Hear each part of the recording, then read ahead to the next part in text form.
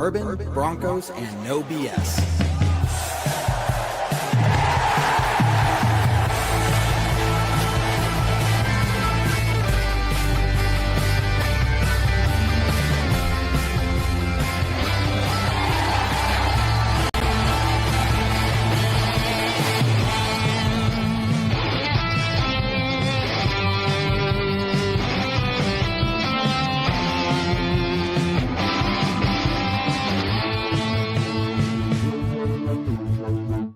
Fans, brews, and Broncos news. Broncos country, welcome to another edition of the Bourbon Broncos No BS Postgame Podcast, where we are here tonight celebrating the 9th win in a row, 10 wins on the season, and it's only the end of week 13. It's not a matter of if the Broncos will be in the playoffs, it's where we're going to be seated in the playoffs. Exactly. This thing is getting real, and we have a lot of stuff to talk about. Broncos coming off their bye week, maybe looking shaky in some areas, but nevertheless, guys, they did it again. They found a way to win. So to break it all down and to help take your comments, your questions, and hear your thoughts about what you guys saw last night, I got Adam, I got Scott the Flagman, I got John. We are going to be breaking it down. So post your comments, post your questions as we celebrate, and don't forget, guys, tomorrow night, because we hit 10 wins, we are giving away 3 Bo Nix jerseys. So you're going to need to tune in. You need to tune in show to have a chance to win one of those 3 jerseys. But let's start going around the room and getting some initial thoughts about what we just witnessed. Nick Bonito saving the day. This is going to be a great show. Adam, I am so pumped, dude. How you feeling, man? What you thinking? We are a 10-win team. Officially now. It's not even a speculative thing anymore. It is set in the record books. 10 in the win column, 2 in the loss column. I already feel like there's a mix of like really of excitement, but also a mix of some skepticism, maybe a little bit in the air of just, hey, why did our defense not look so good last night? And what was the deal with, this and the slow start and whatever may have you? I want to tell you, just ignore all that for right now. Take solace in the fact that your Denver Broncos are first in the division, first in the AFC, and have 10 wins. All of those things add up to good feelings, and it's okay to feel good. It's okay to feel good. And I wish I had more to really kind of throw that in there. But John, what do you think, man? You're 100% right, Adam. You got to feel good about this. A win is a win is a win is a win. And if I have to say that 5 more times this year, I'll be happy with that. Whether how ugly or pretty it is, whatever. Because, look, we got it done. And yes, it wasn't pretty. It wasn't what we all hoped for. But it was the second best outcome, which is an ugly win. So if it's not a blowout, it's an ugly win. I'll take it all day long. 10-2, come on. None of us thought we'd be here at this point. And if you did, I mean, good for you, because you were right. But I didn't believe we'd be at 10-2 at this point in the season. So I am celebrating. My opinions of the Broncos really didn't change much after yesterday, for better or worse. And look, had a lot of similar feelings to the Colts game, and I will probably dissect that a lot more as we go. But the difference was how the game ended, and that was a close win and a clutch play by our boy Nick Bonito. Yeah, nope, dude, full on, completely agree. And I have thoughts on that here in a second. But Scott, I mean, talk about a sigh of relief. The Bonito Express. The Bonito Express was running hard. I don't care how they won. I don't care if it was close, if it was by a half a point or 50 points. They won the game. You don't think the Los Angeles Rams, that everybody was like, oh, the greatest team ever, would have liked to win yesterday? They lost to the Carolina Panthers. Right. And, the Panthers came to play. Yeah. And I truly believe 100% the that the commandos, that's how they were playing. Maybe went commando at some point, but they came to play. Yeah. You know, and they had a good game plan. I truly believe that the fact that sod had never been played on really had a bigger effect than a lot of people let on. I think it slowed down our pass rate. Yeah. And it took a while. It did take a while, you know, and I tell you what, they keep putting these blind mind officials that I don't know. They were either throwing a flag or picking up a flag or saying, I saw a flag somewhere. They didn't know what the hell they were doing. I mean, that's the NFL in this day and age, it seems like. Tunsil was holding on to Bonito tighter than he was holding on to his bong on draft day. Wow. Holy crap. Going deep for that one. I'd have to rewatch that tape. It went both ways.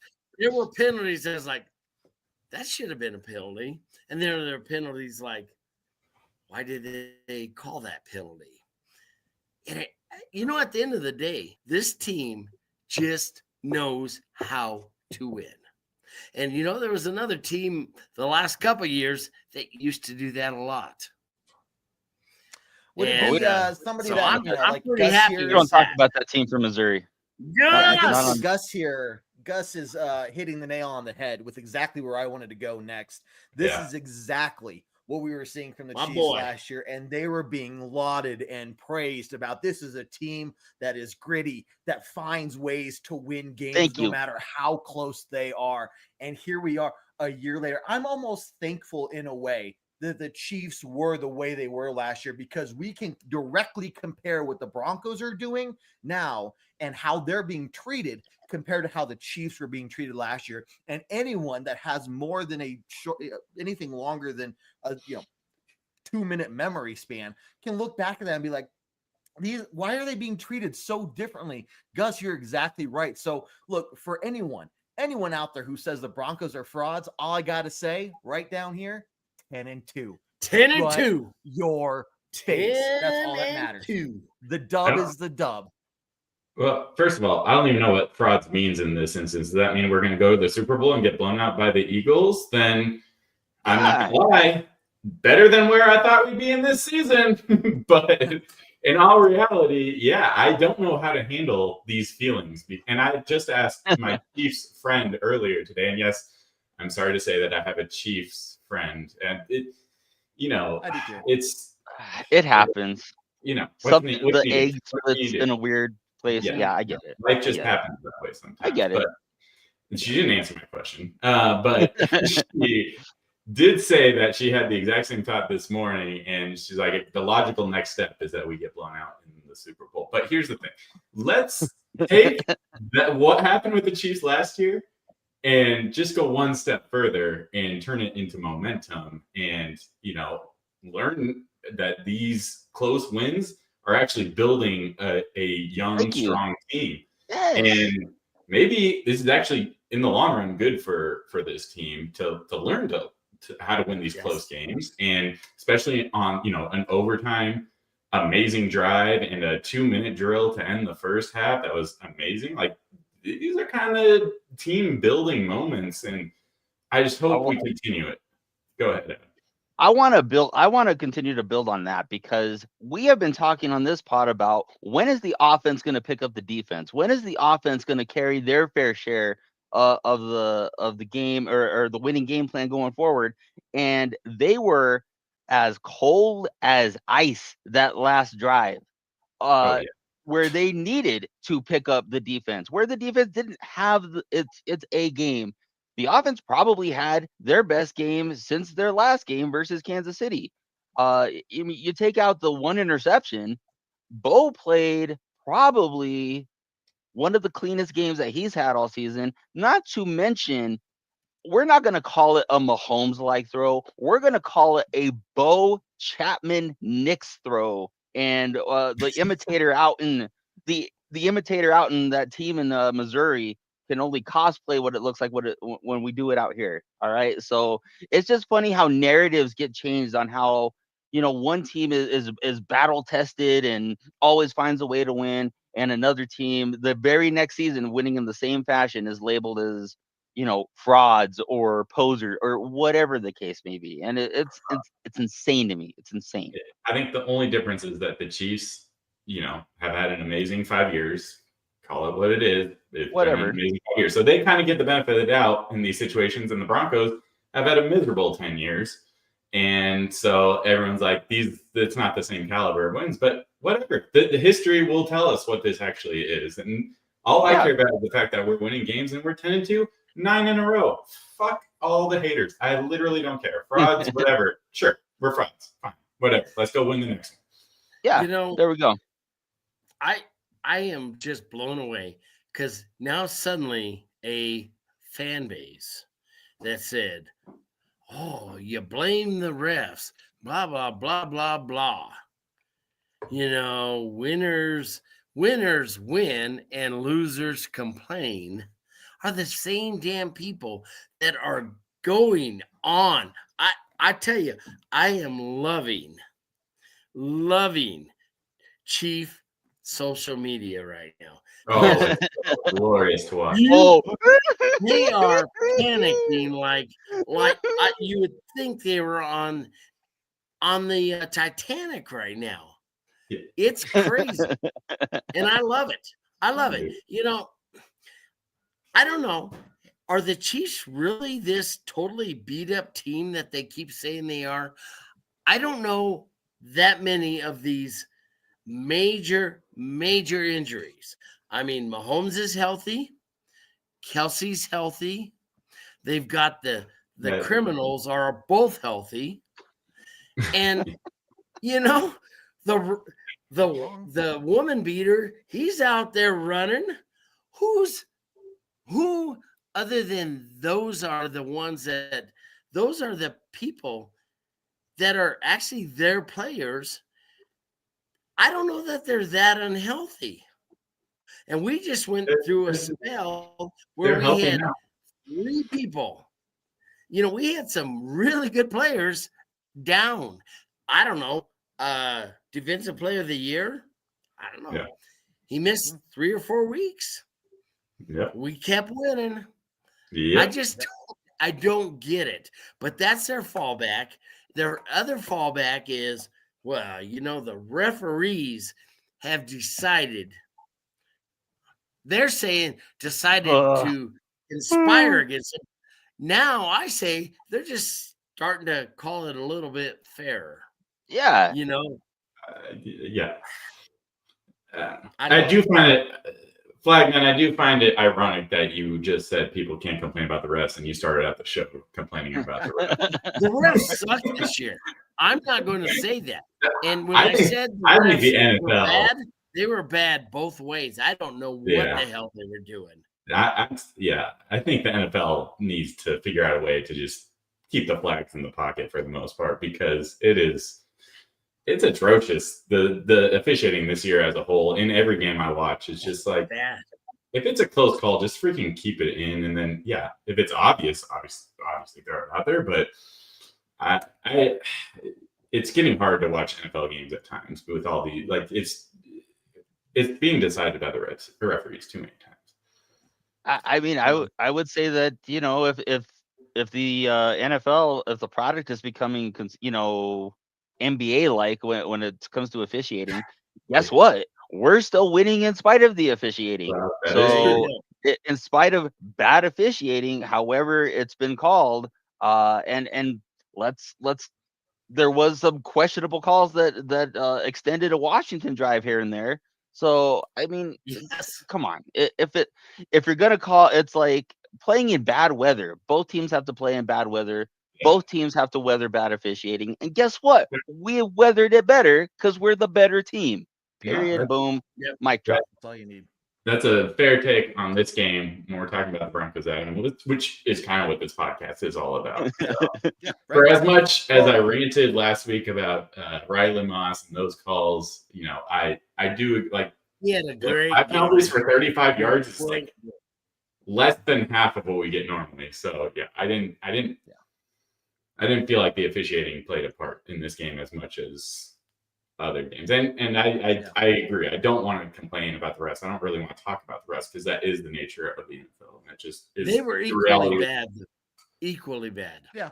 Yeah. Well, and like Gus says, look, we're still finding ways to win, even though, and this is what I always say, you got to find ways to win despite the refs, whether you're getting a lot of penalties that are fairly called or there's a bad reffing day, whatever, you've got to find a way to win despite all that. And the Broncos are. The one thing I kind of moving away from the ref topic here, I do want to talk about, because this was really interesting to me. I really felt coming off the bye week, and I know the team had, the first full week off. They were given, direction to go get away for a little bit and reset. But I really expected the defense to kind of be a little more solid. I think we saw the Commanders drive pretty easily in a lot of situations. The run game was not as defended as well as we've seen before. We saw that the Broncos defenders were definitely getting tired at the end of the game, which I think the commentators talked 91 about snaps. that. Like, if you won the coin toss, why did you not pick the Broncos defense to go back out there right away again? Because they'd already been out there for an 18-play drive. So you're going to give them a little. So we got lucky in that call too, right? But I want to hear from you guys. Like, and I think John, I don't know if you actually did go back and rewatch the game, or if any of you guys did, but what did you see from the defense specifically? Like, is this just coming off the bye week, dusting off the cobwebs, or like were the Commanders doing something that we just were not able to stop, even though we were really healthy? It's the most confusing thing. And when we talk about coming off a bye week, you do have to remember the Commanders or Commandos, as Flagman wants to call them, we're also coming off a bye week. So they had just as much time to prepare as we did, which, look, they're 3. Like, I'm not making excuses for why they played the way they did and didn't prepare. Look, whatever the game plan was, when I watched this game twice, unfortunately. Although I'm not gonna lie, to watch that last play, you like watching it. You like watching that last play, and honestly, to watch the first 3 quarters of offense was just a lot of fun to rewatch. But I don't know what the game plan was coming into this game for Vance Joseph. Right. But here's a trend that I'm a little bit worried about with our defense is that teams are starting to figure out how to play against this defense. We saw it against the Chiefs, and going back to that Colts game, we saw how they were able to maneuver around this defense, where it's these quick throws, they're getting rid of the ball like right away. They aren't letting the pass rush affect them. They have the right plays dialed up to avoid the pressure mainly. And if I'm a team that's going to play the Broncos defense, I'm looking at this game again. I'm looking at that Chiefs game, at least for the first half, and I'm looking at that Colts game. And we had 2 sacks, which maybe for an average team, that's an okay day. Not okay for this Broncos defense that's on a record-setting pace. It was almost a reverse of a lot of the games that we've seen this year, where the offense comes alive in the fourth quarter. I don't do anything in the first 3 quarters. Well, they did everything in the first 3 quarters, and then they die out in the fourth quarter. Defense was letting the, 𝐅𝐢𝐧𝐬𝐿 beat them throughout the game. Let me throw that one in there. When I knew I'd trigger one. I knew I'd trigger one. But, and then the defense comes alive in the fourth quarter to at least put us in a position to win into overtime. But God, it was so frustrating to watch this Commanders team that I did not think could do this against our defense do what they did. It's like they game plan for Jaden Daniels, and then they're like, oh, it's 𝐅𝐢𝐧𝐬𝐬. And it's, how do you not game plan the same way? Like, he basically did his best Jaden Daniels impression yesterday. And I don't know, like, come on, guys. But I'm not concerned. I was concerned after the Colts game. Very slightly. I'm not concerned with this. The defense is going to figure it out. That I know that for certain. I do want to say, I think, John, you're mostly on point with that. What I want to counter with, though, is that Marcus Mariota is, has been doing this since he was a Duck at Oregon. He is great at getting the ball out quick, He's also a mobile guy. He's a big guy. He's not a guy that's necessarily hard to or easy to bring down. That's been the case since his days at Tennessee. He takes care of the ball. I was actually a little surprised that he threw such a bad interception down in the red zone. Because, like I said, he's always been very careful with the ball. I think this is one of those examples of like in boxing where you like fighting a guy that's a little awkward, so it makes you a bit awkward. Fair. I did think that VJ's game plan was a little soft in places. He's just especially not but again, it's a game of adjustments, and if you have a defense who is already, shows a lot of pressure, basically a guy like Mariota is a guy that used to counteract that. And so I don't think this is necessarily an instance of them having a bad night. I think it was an up and down performance. I would have liked to seen a little bit more, but I definitely saw VJ maybe laying back a lot. And definitely the threat of the run was kind of in their head the entire game. They kept getting exposed with that play action pass a little bit. So I wouldn't say it's a concern, but I would say that it's a bad game. It was an average game from a defense that's played really, really well all year. It's an average game for most defenses. It's a very poor performance for our defense, but fair. Hey, I think we won the game, so I'll take it. Here's the deal. I do think there was some things that held back that defense, and like I said, it might have been the guy tackling people and corralling them. But you got to make some plays. And this team has yet to really reach their potential on turnovers. They're not ball hawks yet. And I think it's going to come around. And I say yet because this team has so much potential to get to the quarterback and make him make bad passes. And we haven't done that a lot this year. I mean, I loved the interception when we got it because we needed it. But, there were other plays that I'm like, what the heck are we doing? Right. And this defense needs to start attacking the ball and stopping these drives way earlier than the 20-yard line. Because we're not giving up touchdowns most days. We're giving up field goals. They still add up. Especially when the offense isn't getting into the end zone as often as they should. Yeah. And I personally was not happy with some of the offensive calls when we had the ball down low. And we got to get better at that. But even to put that in perspective, one drive was aided by the penalty, which should have been offsetting to have a roughing on Tunsil to cancel out the one on Benito. So that could have easily been a field goal. And the Traylon Burks catch, you know what? All credit to him. That was an amazing catch. But don't tell me that Riley Moss, if Riley Moss isn't 2 inches taller, that's a PBU. So that's another field goal that you're throwing there. It took kind of two extenuating circumstances even to get him those two scores. So that's why I'm saying like it's a game of inches, and I don't want to play the coulda, woulda, shoulda game too much. But also like we saw the game, there were extenuating circumstances to both of those drives that they scored on. I think the defense played okay. It wasn't a great effort. It wasn't a bad effort, and they still came up with a play to win. Yeah. Well, here's where I'll counter that, Adam, because we could not get them off the freaking field. Every drive, even the interception, even the first drive that was, I think, was a punt.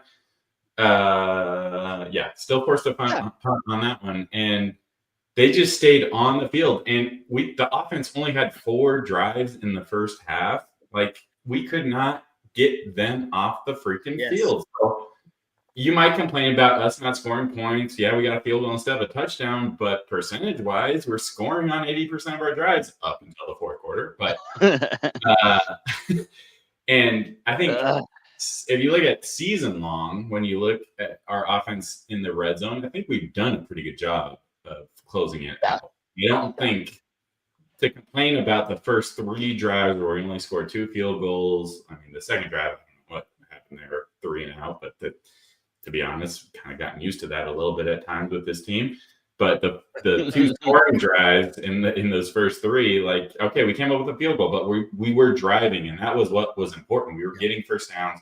We were getting in position to at least kick a field goal and not go 3 and out, which was good. But yeah, as far as the defense, like I was so frustrated watching the first 3 quarters from a defensive standpoint because we could not get the ball back to our offense, and that's not something we've seen all year. Yeah. And look, these guys are human. They're going to have a bad week. And we talked about it in the pregame too. This is the post-game show that we are evaluating one game at a time. We have to remember that. This is not something I'm concerned about.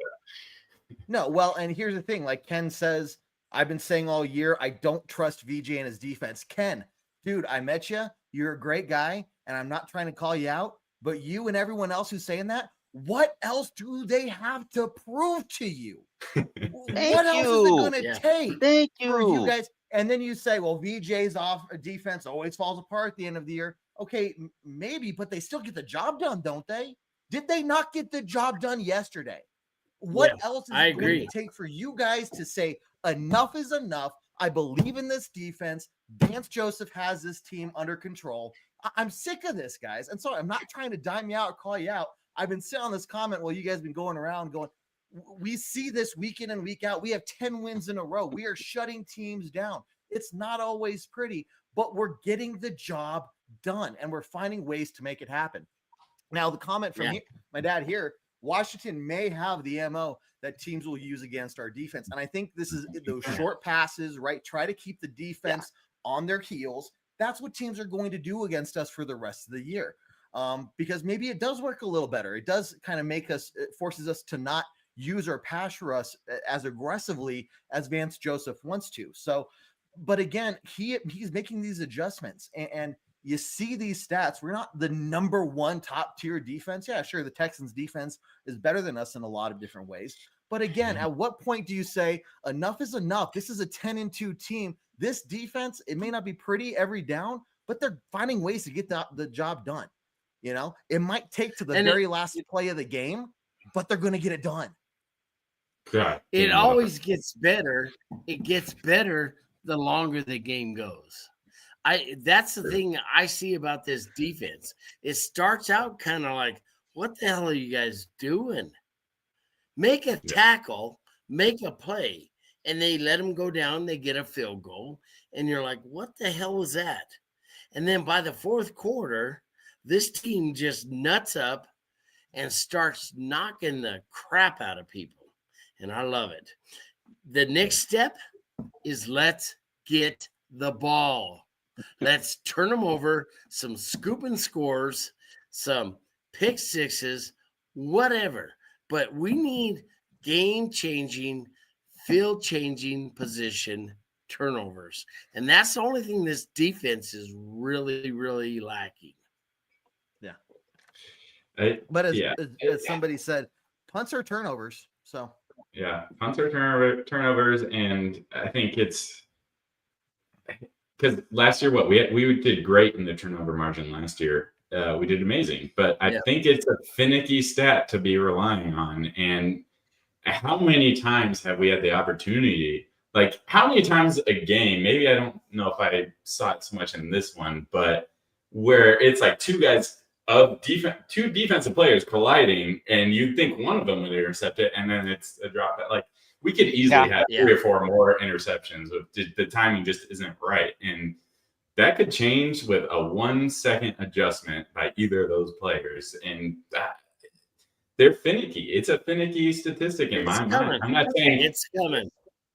Yeah, and I agree, and that's what I've been trying to say all season. And I hope I don't get to week 18, and I'm still trying to say this. But with this defense, I have to believe that it is going to come at some point. Yeah, and I think we're getting close to. Oh no, go ahead, Kevin. Okay, I mean, we're getting close. Sorry. Okay, this is me. You want me to talk again? Now silence. Someone say Okay, we're gonna something. get into halftime here. Adam, you save your thought for after halftime as we that's sometimes there's a little bit of a delay and it just happens, guys. And stick with us, guys, because you're gonna want to hear what I have to say here. First There off, we go. Jose, all that win in a row, your W's keep getting that string keeps getting longer every week. I love it. And so because we hit our 10th win, guys, we are giving away 3 Bo Nix jerseys tomorrow night on Bourbon Broncos No B.S. Starts at 7 p.m. Mountain Time. So make sure you tune in, because I'm going to tell you how to enter for a chance to win one of those 3 jerseys. And we will be doing the drawing for those jerseys at the end of tomorrow's show. So you're going to want to make sure you tune in at 7 p.m. and hear how we're going to give those away. But 3 jerseys are going away to some fans tomorrow. You're going to want to tune in. Also, guys, don't forget about, we still got more football ahead of us. It ain't the end of the season. We got our pregame podcast. So make sure you're following us on iTunes, Spotify, Google Play, Stitcher. Game day. This is going to be a special game day for us because once again, we are doing What's happening our on full Sunday? length. Yeah, what is happening? I think What is we're playing happening against on the Sunday? Raiders. We're playing the Raiders. It is Raiders week. And because it is a road game in December, we are going to be covering the game in its entirety, starting 1 hour before kickoff with a live tailgate talk show. And then we're going to be staying live, talking to you guys and color commentating, if you whatever. It'll be fun conversation throughout the entire game, trying to give our best semi-professional version of calling the plays and everything. But it's always a good time, guys. You're going to want to tune in for that. And then we'll stay live all the way through the end of the game and a little bit afterwards as well. So make sure you check all that stuff out. BroncosandBourbon.com. You guys want to go there as well. It is free to sign up right now. It is going to be staying free all the way through the end of the year. Everybody who are end of the season anyway, anybody who signs up now before the Super Bowl will get automatically upgraded to the next level of membership tier once those are introduced. And if you sign up after the Super Bowl, you're going to have to pay. So this is the time to get in and sign up and see all the articles, see the videos, see the other content, and the site's going to keep getting built out, guys. So again, this is the time to get in on that. But we got a ton of content heading your way, guys. Broncos are on a 10-game win streak. I am so excited to give away 3 jerseys tomorrow night, and just get ready for it, man. Look, things are getting super interesting. You know, obviously we were hoping that the Patriots would lose tonight. They didn't, but the Broncos are in charge of their own destiny, right? All they can do is win the games they play. And then whatever happens after that is kind of out of their control. We just have to do what whoever the opponent is before us, we have to beat them. So it's going to be fantastic. So with that, let's get back into it. And Adam, you've been holding on to the stop, man. Go for it. I'll hand it back over to you and see where we left off here, because now I'm interested. I don't even know what we were talking about. I just want to say, like, there's been the sentiment of that's nice that we're on the win streak, but how sustainable is this to keep, finding these interesting ways, let's call them, to win a game. I'll go back to what I said about Riley Moss last week, who I just want to point out, aside from one play, did have an amazing game and did not have a defensive holding, a pass interference, or anything. He played great yesterday. 0 penalties. Now, getting back to that, when I said last week, anybody who keeps pointing to, oh, well, it's only a matter of time before it's a liability that Moss is out there. If you want the cheap first down, just go at Moss, blah, blah, blah, blah, blah. And I said, unless he does it, if you keep calling it out 10 times, and if you finally get it on the 10th time after 9 times of being wrong, that's not critical analysis. That's just guessing. You're just guessing at this point. So to say the same thing when we actually have a body of work that says that they've been able to find a way to win, then I think you should probably at that point assume that they're going to find a way to win another game, and the game after that, and the game after that, instead of looking for ways to lose. And I want to say that after seeing some pretty bad football pre-Bo Nix, this team was pretty synonymous with finding ways to lose, especially when it came to division games and what have you. So let's quit calling it luck. Let's quit waiting for the other shoe to drop. This is a good team. Good teams don't always have perfect games on each side of the ball. And in a tough league, like Sean Payton called this out yesterday, the NFL is a tough place to win, especially on the road against anybody. And guess what? They found another way to win. So let's stop with the defeatist talk. Let's get behind this team, our 10-2 team. Yeah. Well, we've done a lot of talking about the defense so far. Let's start talking about the offense a little bit in terms of one was the run game. Big thing we were looking for was how the run game was going to look. J.K. Dobbins out. The first week after that, it was just like it's 𝐅𝐲𝐻𝐻𝐕's first start in the NFL. Like not too many expectations on him. But then you knew Sean Payton had 2 weeks to game plan, really look at how he was going to utilize his running backs. And I think we got a little bit of an idea of what his plan is going forward. It's that very much a running back by committee and using those running backs, especially 𝐅𝐲𝐻𝐻𝐕 in the pass game. It's going to be challenging for any defense to really think about not only Courtland Sutton and Pat Bryant and all these. I can go on there. The whole list. You got this. Yeah, no, I'm tired. Troutman, Pat Bryant, Troy Franklin. That's the name I was like. I always forget Troy Franklin's name. But you add in the running backs to that too, and it's just you don't need the running back to get 120 rushing yards if they're getting a split of 50-50 between rushing yards and receiving yards. But what do you guys think about the running game in general yesterday?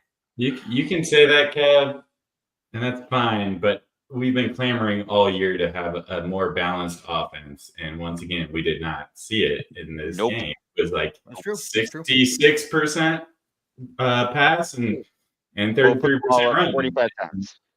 And it was frustrating. I was most frustrated about this because I lost a lot of money on it. But the run game, I was expecting to take over in this game. Obviously, this game did not go how any of us expected it to. And shocker, being a Broncos fan, that it was another ugly win. But this defense coming into this game, the Commandos defense was like 29th in the league or something like that against the run. So I was like, okay, this is your chance to dominate a game, dominate possession, continue to drive. We did all that, but it was not with the run game. And that was shocking. Now, Sean Payton did address this in his post-game press conference. And he said, that they made adjustments they were not expecting. They changed up their defense, which I will say Dan Quinn did take over play calling for the defense. Yes, that is true. This is only the second game he's been the play caller for the defense. So,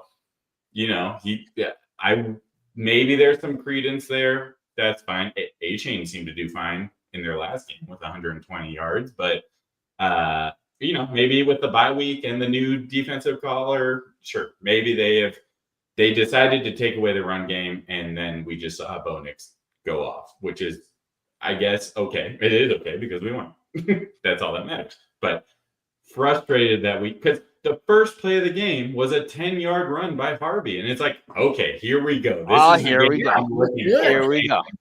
Good. Then it just slowly dwindled away, which is. That's my criticism of Sean Payton is he will never come back to the run game. I don't think he might have a game plan for the game. And if it all works out, perfect. We'll have a 50-50 split. But once it goes away, it's not coming back. Yeah. Harvey just always looks like he's not sure what the hell to do. Like they give him the ball and he's like, if they handed me the ball, I'd be like, whoa, what do I do? He just always looks like he's not sure. He doesn't attack the hole. He tries to bounce everything out, which is not going to work consistently. Sometimes he does bounce it out. But you look at the touchdown he scored in overtime, he just grabbed the ball and ran like a bat out of hell through that hole. What we're asking for. But he always looks like it's like he's standing still when Bo hands him the ball and he's like, oh, I got to run? Okay. It's crazy because other teams with just okay backs, they get the ball, they run. And it's like it always looks like we don't know what to do when we're handed the ball. And I was very, very, very excited when we had that first down and we ran it 14 yards on first down. The first play of the game. I thought, okay, that's what we should be doing. And then it just went away. And 𝐁𝐫𝐤 never materialized. If he's down on first contact, I tell you what, he just does not have the extra. He has the speed to get around the outside, but if somebody touches him, he's going down. I think that's fair.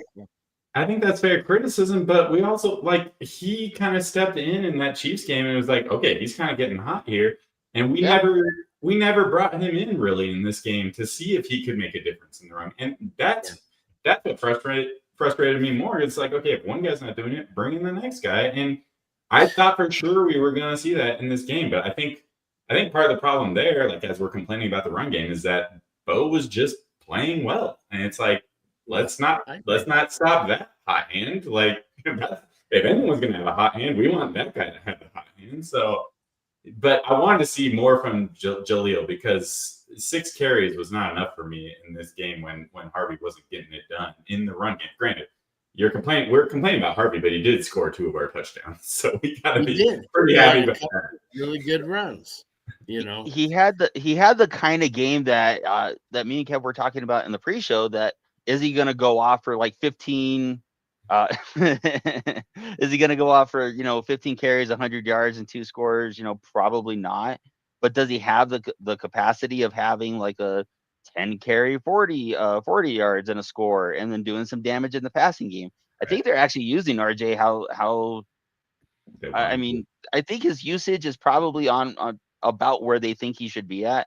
I mean, Scott, I think that's totally fair. I mean, even Collinsworth, who we all despise, made a couple comments yesterday that, hey, he needed to take that one off at the center, or he needed to just put his head down and see what he can get instead of. But you're gonna have those with the rookie back. With 𝐁𝐫𝐤 McLaughlin, you know what? I know he's a good story. I know he's one of the hardest workers in the building. But good Lord, he put some rocks in your pocket, bro, because you cannot be getting dragged down with arm tackles at the pro level, man. And even that is a bit of a mixed thing because, Harvey played well, but he only averaged 3 yards on the ground, whereas McLaughlin went down like a bag of dirt on a couple of occasions, and yet still averaged 4 yards a carry. So he still had 4 yards a carry. If you're getting 4 yards a carry, guess what? Do that 3 times in a row. That's a first down. I hear what you're saying, but come on, give him more shots, and he's gonna have that big long run, but he's got to get more than 6 carries. So where's Blake Watson? I mean, you got some guys on the practice squad. Try him. Just see what happens. We already have that guy. His name's Tyler Bidet. No, that's the other one. Yeah, then I don't care if it's 𝐁𝐫𝐤 or Bidet. Yeah, one of them in there and give them a shot to make a difference. Yeah, Bidet's been pigeonholed into third down, and he's making some good plays. We should not. Yeah. Sure. And I can't remember who was talking about it earlier in the comment section, but if you remember back to last year, John, I think you're spot on. I think Sean Payton is kind of just already decided he's not really going to stick with the run game. 100%. If you remember back to last year, there was that picture of the play card on the sideline, him holding it, and at the very top in big bold letters, it said, "Run the ball." Run the ball. I was thinking, dude, maybe he needs to have his assistant write that back on his play sheet for him again, right? Because you look at this, was there really a reason to throw the ball 45 times compared to your 23 runs? That's pretty lopsided, right? You saw what the Commanders were doing, the Commandos were doing. They were taking up long, consistent drives, right? The Broncos weren't. So it's like, when we play some of these tougher teams, especially when you get in the playoffs, you want to keep the opposing offense off the field. You need to put together some seriously long drives and eat up a bunch of clock. Now, that drive in overtime, we worked on the field in 4 plays. Freaking Evan Ingram. I haven't seen him run that fast. Yeah, it was in preseason. Remember that one preseason run Ingram had? It's been that long since we've seen. We all were. It's been that long since we actually saw him catch the ball. Catch the ball. Who else? He caught the ball. But who else saw those 2 defenders who basically were a step in front of him when he caught the ball and went, oh well, he caught it good and expected him to go down, and somehow he squeezed right through those 2 guys. He was gone, right? And it's like, where is more of that? So, big props to Evan Ingram for having a good day yesterday. Finally, Bo Nix and Evan kind of getting on the same page and feeling like maybe that's something we could see a whole lot more of. But in general, we need to find a way to put together long, consistent, sustained drives, and not just be like, here's one really good drive and then a 3 and out and a first down and punt and a first down and punt, and then maybe a good drive, but it doesn't take up too much time, right? Where's the consistency on the offense? And I'm just saying, there's room for this team to improve. Yeah. Unfortunately, that all happened in the fourth quarter. But where the offense go in the fourth quarter? I don't get it. Yeah. We're a fourth quarter team. Apparently, we're an overtime team too. I mean, it has been lately of just watch the fourth quarter. I mean, that's where all the good stuff's going to happen. It's like skipping ahead in a movie. It's straight to the end. Polar opposite yesterday. It's like, okay, we're going to play good for 3 quarters on offense and then disappear. That interception, I don't know what it did, but it changed the offense. Because if you want to talk about Mariota's bad interception, I mean, that was a bad one. Nix's interception was.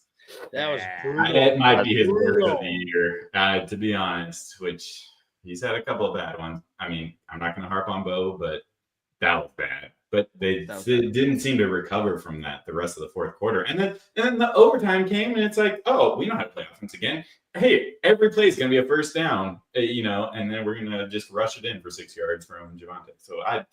So this team gives me nightmares.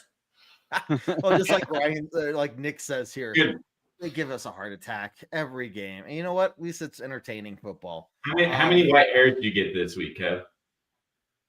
It was my birthday, and I aged 15 years in the span of 4 hours. So, give you an idea. Well, happy birthday, Kev. Thanks, man. No, I didn't mean to. I sang for Kev yesterday. In terms of the joke, anyway. Look, Brad's right. Javonte used to drag 4 defenders. I miss that kind of running, right? And we only saw it from in his rookie year before he got injured. We're seeing it more from him now with the Cowboys. Now, good for him. He looks amazing. He's doing really well. But I just, you remember back to when Javonte in his rookie year was just plowing down the field, 4 or 5 defenders on his back, and he's still picking up yardage. Yes. And you're like, J.K. Dobbins was getting 5, maybe 5+ yards per carry, looking good, but it didn't have that same punch that Javonte had. And now that we lost that, it's like RJ Harvey is coming in. He's still working on it. He's coming into his own. It's his rookie year, first couple starts.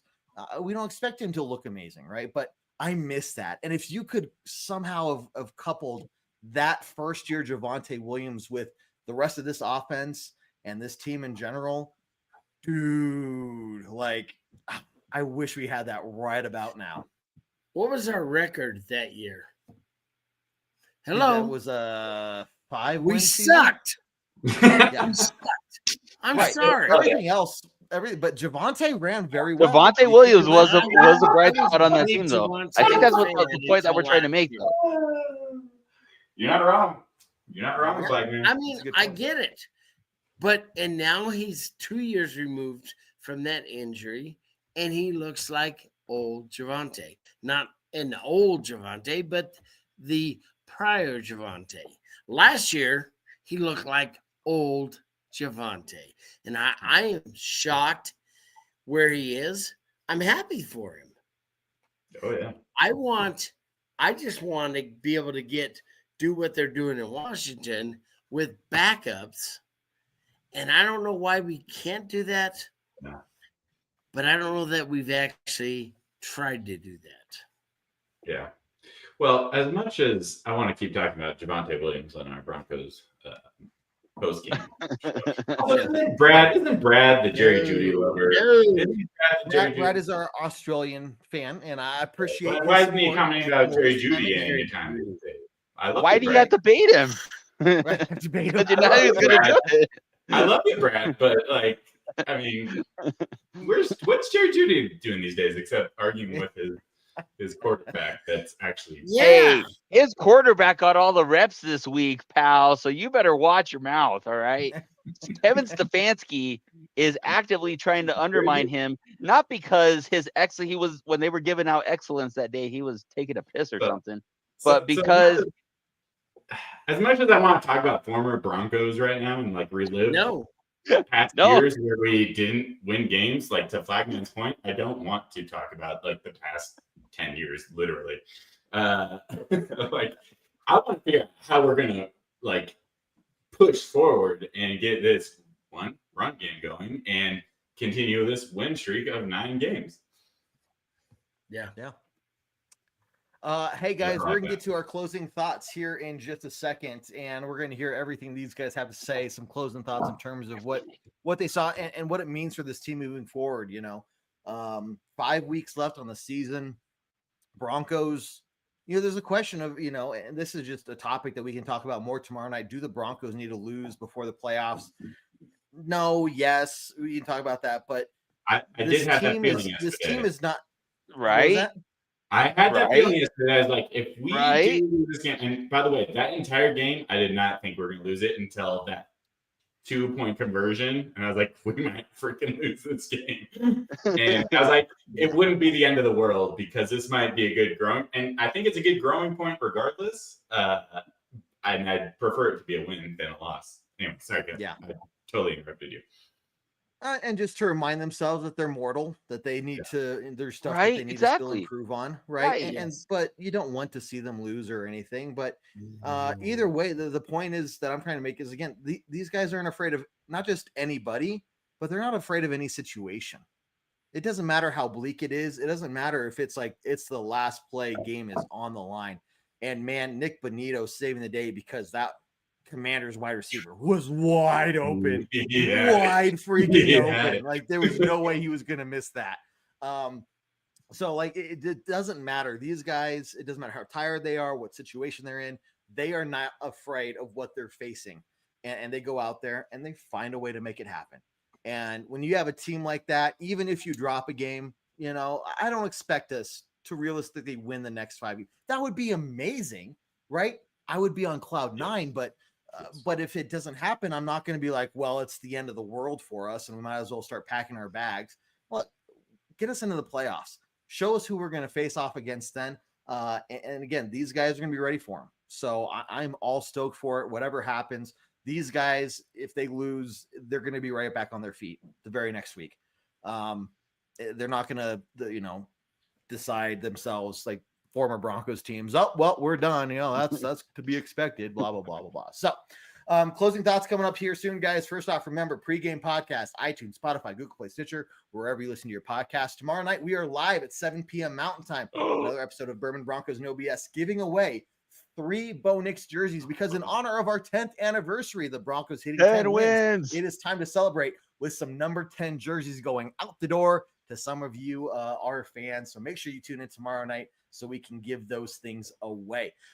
Game day this next Sunday, we are live during the entire game, breaking down the Broncos versus Raiders second round of the season, the matchup there, and hopefully seeing what the Broncos can do. But as was talked about in the chat earlier, why do some of these teams with bad records kind of tend to step it up against the Broncos?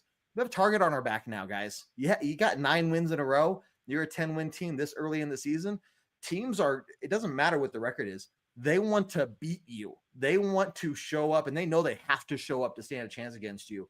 So when you have that target on your back, you just got to get ready for it, guys. So make sure you tune in this Sunday because I'm sure, just like in Broncos fashion, it'll come down to the fourth quarter, and the gray hairs will be appearing, just randomly popping up just all in time left for and Christmas. right as I age before your very eyes. So get ready for it, guys. Let's go around the horn, give our closing thoughts, and wrap this thing up. Scott, man, let's go reverse order. We're going to start with you, man. Broncos 10-2. What are you thinking? What does this mean for the season moving forward? Well, first off, Gus, I hope you're feeling better.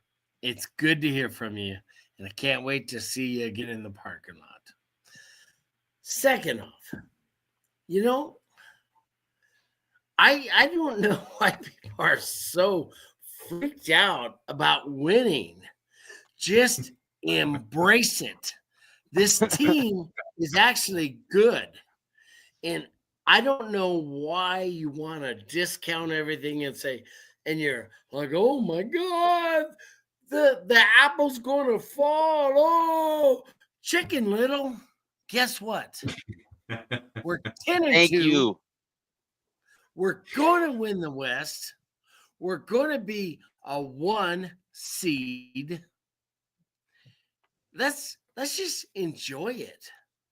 Because we got the sad thing is there's so many plays this team is leaving on the field defensively and offensively. It's going to get better. Trust me on that one. And I am so damn tired of living like we're in 2018. F you guys, man. You don't want to believe? I believe. Let's do it. Yeah. I believe. Yeah. Good to hear from you, Gus. Holiday spirit. You got to believe, right?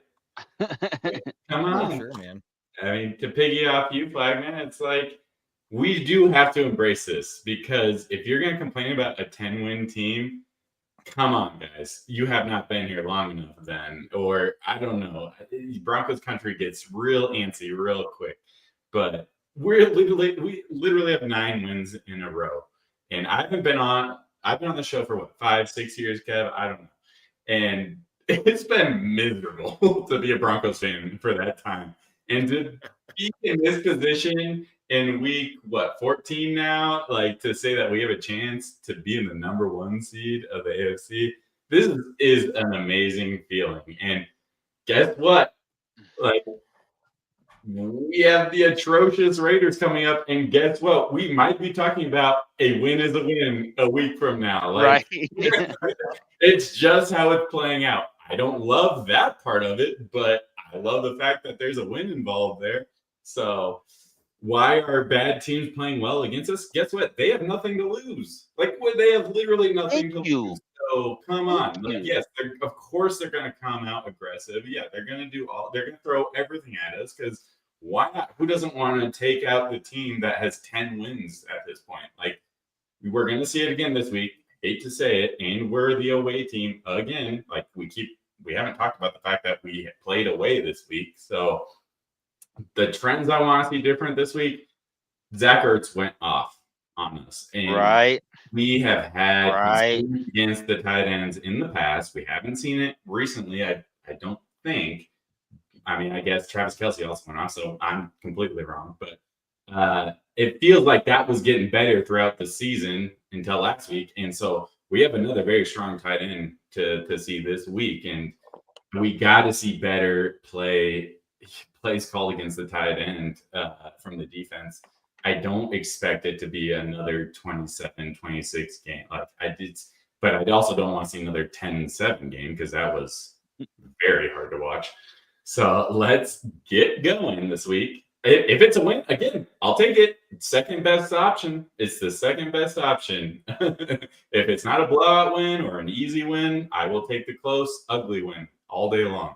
So, yeah, let's keep it going. Let's keep this win streak going. And boy, I say this every week, but if we could just have an easy win, especially against the Raiders, that would be perfect. Right? It would be nice. Especially on the ticker. And the fact that just this will be the live stream. The live stream. I mean, I'm hilarious, but I only have so many jokes with how the cheeks have the games have been so far. But anyway, Beside the fact, that's our plug, by the way. Tune in the next week for the live stream where it won't suck. I promise. But anyway, I was thinking about this last night at the end of the game as we were talking about why is both having to put the ball up 45 times. Why are we not balanced? Why are we putting too much of the game on both shoulders? Maybe, and it had me thinking. Does Sean Payton think that Bo has another level in his game? And let's stop and think about that for a second. The only way that we're ever going to see if he has another level in his game is to have him hoist it up 45 times. And I will say that when you see him in the fourth, and we can talk about the slow starts, we can talk about maybe some of the uneven plays that he does have out there. And I think that Scott, that you talked about that too. There are times where you feel like Bo and the offense leave too many plays on the field. However, if this is the level that they're at and the product still is marinating a little bit, then it is absolutely scary what this team can do when it reaches its full potential. And like you, I don't think they're that far away. I really don't. And I know that we see a little bit of it each week. I'm just hoping that we see that whole picture as we're rounding into the playoffs. Because if we have that offense going to where they can keep that defense going and just let them rush the passer, oh my God, it is going to be fun to see that team. Yeah. The only problem there, Adam, is that it's week 13. We can't wait forever, right? And I'll be honest, Bo looked great this game. And guess what? Penalties were down. So I don't know. Maybe we are finally starting to see it to come together. And now the defense just needs to play their game again, which I don't think they did yesterday. And yeah, maybe we're going to see a complete game. Or maybe they're just going to wait for the playoffs. I don't know. And squeak out wins and just not put the whole thing together until the playoff. In August, I said, we are going to be a top 10 offense. Hasn't progressed like I'd like. Yeah, I don't But think man, if we kind of figure it out, I mean, I say, let's bow! Let's bow! Love it. Let's Look, the faith. There's no reason at this point to not put your faith and trust in Bo Nix, Sean Payton, the Broncos offense, the Broncos defense, the team in general. Again, they're going to keep finding ways to fight and win. And we talked about earlier on in the show, when you have a young team that is learning how to work in this environment, to not be afraid of anybody or any situation. Look, the O-line, absolute studs yesterday, and in the season in general, pass protection, run protection in a lot of situations. Well, O-line, I mean, somebody said it earlier, like last time we played the Raiders. Yeah, Sean John here. Bowles basically took Max Crosby out of the game entirely, shutting him down. Except not in Bo Nix's head. Yeah. Right. I don't know if you guys remember that game, but Bo Nix was rough. Except for that one thing. And was rushed for no reason in his head. Right. Sorry. Well, look, I think it goes back to just this team knows how to win.